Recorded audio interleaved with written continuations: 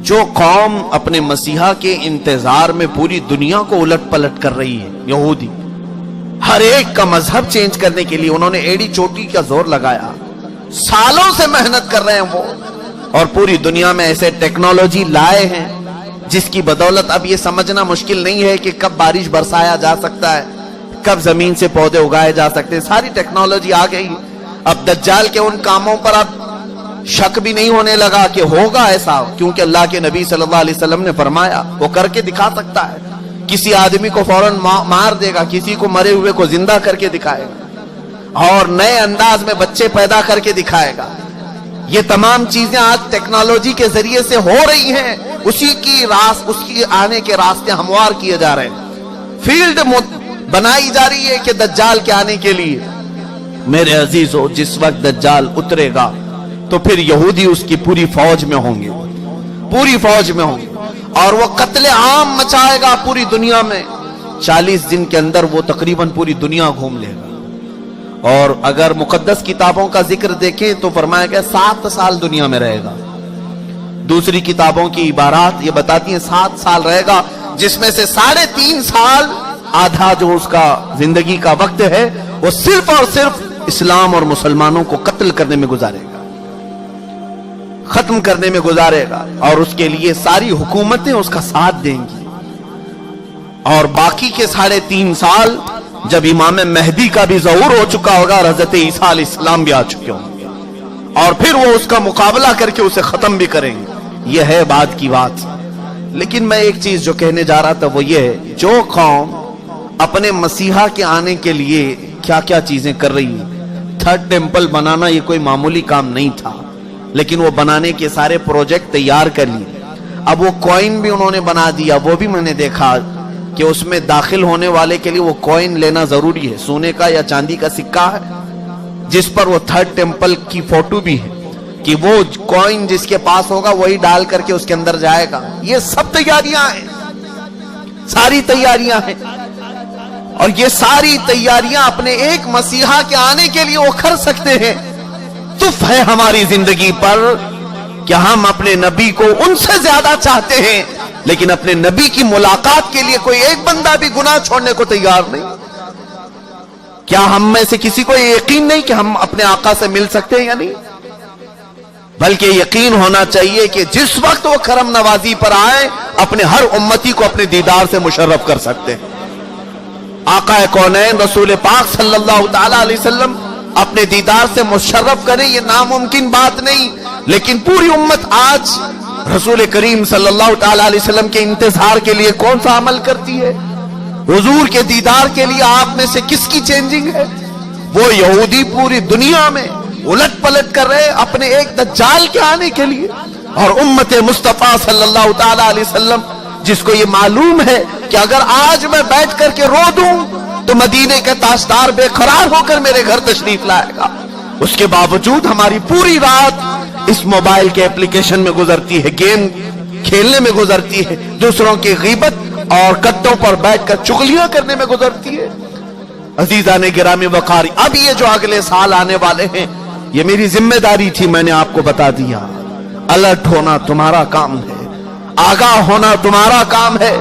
اب بھی اگر نہ سنبھلو گے تو علامہ اقبال نے بہت پہلے یہ کہا تھا، نہ سنبھلو گے تو مٹ جاؤ گے اے ہندی مسلمانوں، تمہاری داستان تک نہ رہے گی داستانوں میں۔ جب کہانیاں لکھی جائیں گی تو تمہاری داستان بھی ختم کر دی جائے گی۔ گرامی وقار،